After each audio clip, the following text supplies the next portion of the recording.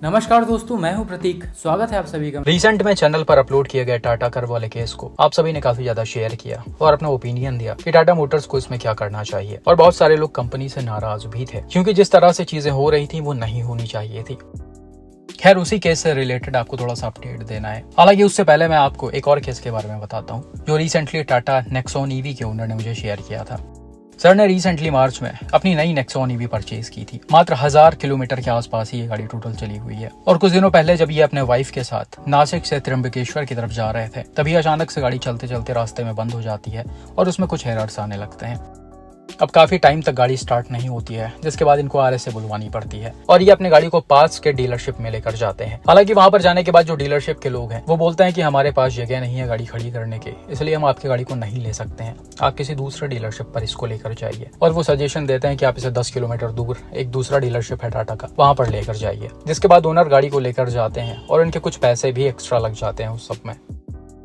खैर, ये सारी चीजें जब मुझे शेयर की जाती हैं तो मैं भी टाटा के ऑफिशियल्स को इसे शेयर करता हूँ। इनफैक्ट मैंने ये केस अपने इंस्टाग्राम वगैरह पर भी शेयर किया था, जिसके बाद तुरंत टाटा मोटर्स के ऑफिशियल एक्शन लेते हैं और ओनर से खुद बात करते हैं और उनको एश्योर करते हैं कि दोबारा ऐसी प्रॉब्लम कभी नहीं आएगी गाड़ी में। साथ ही में जो इनका एक्स्ट्रा पैसा लगा हुआ था वो भी टाटा मोटर्स ओनर को रिफंड करता है।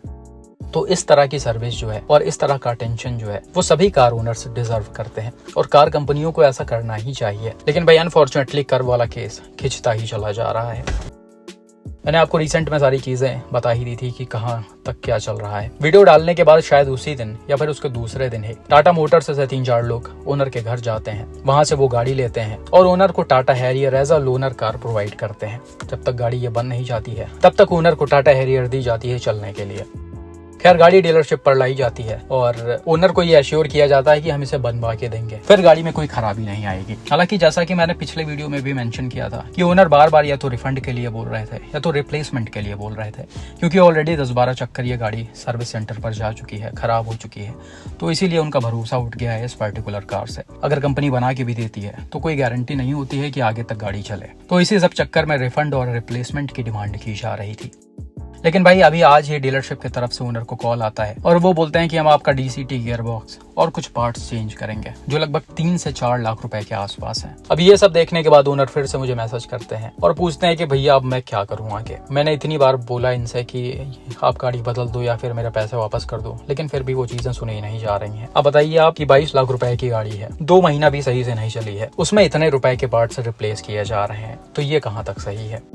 इसी के साथ साथ डीलरशिप ने यह भी बताया कि गाड़ी नीचे से कहीं हिट हुई है, जिस वजह से और भी ये सारी प्रॉब्लम आ रही है। हालांकि इसको जब मैंने ओनर से पूछा तो उन्होंने साफ मना कर दिया और बोला कि मुझसे कहीं भी गाड़ी टच नहीं हुई है। अब भाई ये चीजें तो कहीं भी हो सकती हैं। 2 महीने में अगर 10-12 बार सर्विस सेंटर पर गाड़ी जाती है तो हो सकता है वहीं पर कुछ चीजें हो गई हो। हालांकि मैं ओनर का पक्ष नहीं ले रहा, क्योंकि मुझे भी एग्जैक्टली नहीं पता कि गाड़ी नीचे से कहाँ टच हुई है और किससे टच हुई है। तो जो ओनर ने मुझे बताया वही मैं आपको बता रहा हूँ। इनफैक्ट ओनर ने ये भी बोला कि मैंने सब कुछ चेक करके गाड़ी को दिया था और उस समय तक सब कुछ सही था।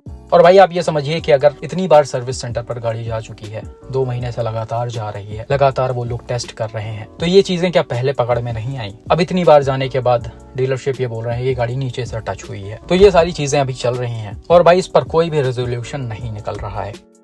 हालांकि भाई टाटा मोटर्स से सिर्फ यही रिक्वेस्ट है कि भाई या तो ओनर के पैसे दे दिया जाए या फिर गाड़ी को रिप्लेस करके दूसरी गाड़ी दे दी जाए, क्योंकि भाई अपने ब्रांड न्यू कार में इतनी महंगी चीजें कोई चेंज करवा के नहीं चलाता है। बाकी आपका इस पर क्या ओपिनियन है, कमेंट करके जरूर बताएं। इसी के साथ मैं आपको एक और केस के बारे में बताना चाहता हूँ, जिसे रिसेंटली हिमाचल प्रदेश से महिंद्रा स्कॉर्पियो एन की ओनर आयुषी ने शेयर किया है। यहाँ पर हुआ क्या कि आयुषी ने 28 अप्रैल को शिमला से एक ब्रांड न्यू स्कॉर्पियो एन खरीदी थी। गाड़ी की डिलीवरी लेने के बाद जब ये लोग घर पे आते हैं और वहाँ से दूसरे दिन शिमला की तरफ निकलते हैं तो घर से कुछ ही मीटर दूर ही NH पर ये गाड़ी खराब हो जाती है और इसके हुड के अंदर से काफी ज्यादा धुआं वगैरह निकलने लगता है।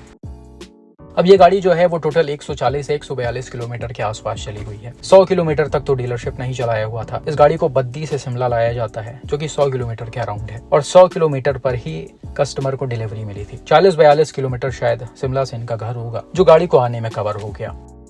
इसके अलावा गाड़ी 1 भी किलोमीटर नहीं चली थी। लेकिन जैसे ये गाड़ी घर से बाहर निकलती है वैसे ही उसका कुछ ऐसा हाल हो जाता है। अब भाई जब ये सारी चीजें होती हैं और डीलरशिप को इन्फॉर्म किया जाता है तो वो लोग आते हैं और गाड़ी को चेक करते हैं, जिसमें ये पाया जाता है कि इस गाड़ी का क्लच प्लेट जल गया है, जिस वजह से इतना ज्यादा धुआं वगैरह निकल रहा था। क्यों? ये तो क्लच प्लेट में आग लग गई। क्लच प्लेट में लगी आग। फिर क्या करे? उठ ही नहीं रही। उठ ही नहीं रहे। न्यूट्रल करोगे क्लच छोड़ दो। न्यूट्रल क्लच अंदर ना दबाया बाबू। ये क्या हो? क्लच प्लेट की मुझ पे ये हैं बंद नहीं करना रेन मुझ ये वीडियो टेबल वीडियो बनाओ वीडियो। ये क्या हो? इसमें तो आग भी लग सकती है यार। क्या करे? एजेंसी वाला नहीं है कोई नजदीक यहाँ? एजेंसी वाला ना बंद कर रहे गाड़ी। बंद करे? बंद नहीं है अभी गरम में अभी परे से आई है बैक ना। ये ऊपर बोनट क्यों नहीं खोलते जरा? ना बोनट से तब तो धुआं बहुत। ये तो गारंटी पीरियड में, ये तो उनको भी खिला। हेलो,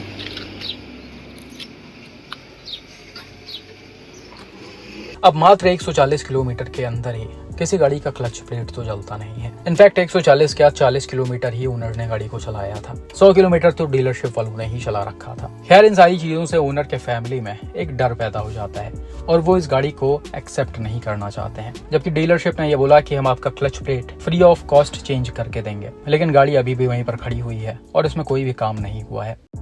ओनर ने मुझसे बोला कि मैं इस गाड़ी को नहीं लेना चाहती क्योंकि हमें इस पर भरोसा नहीं है। इस गाड़ी में मैन्युफैक्चरिंग डिफेक्ट था जिस वजह से इसका क्लच प्लेट खराब हो गया है और क्या पता आगे भी इसमें कुछ खराबी आ जाए, तो या तो हमें रिफंड मिले या फिर गाड़ी ये हमें बदल के दे। तो भाई ये जो क्लच प्लेट वाला सीन है वो पहले भी महिंद्रा की कई गाड़ियों में देखा जा चुका है। कई सारे के तो मैंने वीडियोस भी बना रखे हैं, कई सारे के हटा भी चुका हूं मैं, जिसमें इशू रिजॉल्व हो गया है। तो यहाँ पर भाई यही किया जाता है कि डीलरशिप क्लच प्लेट को रिप्लेस कर देती है और ओनर को एश्योरेंस दे देती है। हालांकि भाई कई सारे केसेस में जो ओनर है या फिर फैमिली है वो काफी ज्यादा डर जाती है, जैसा कि अभी इस वाले केस में आपने देखा इस गाड़ी में बुरी तरह से धुआं उठ रहा है। तो जाहिर सी बात है कोई भी फैमिली इसको देखकर डर जाएगी और इस गाड़ी को एक्सेप्ट नहीं करना चाहेगी।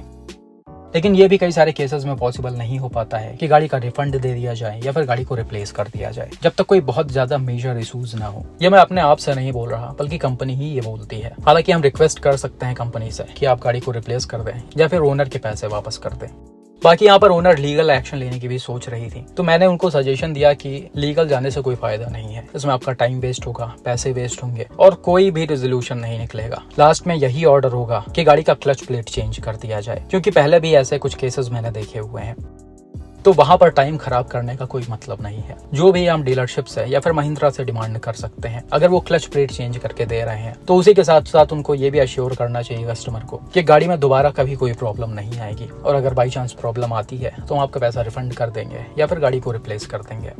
भाई आपका इस केस पर क्या मानना है और क्या लगता है डीलरशिप को या फिर महिंद्रा को क्या करना चाहिए? कमेंट करके जरूर बताएं।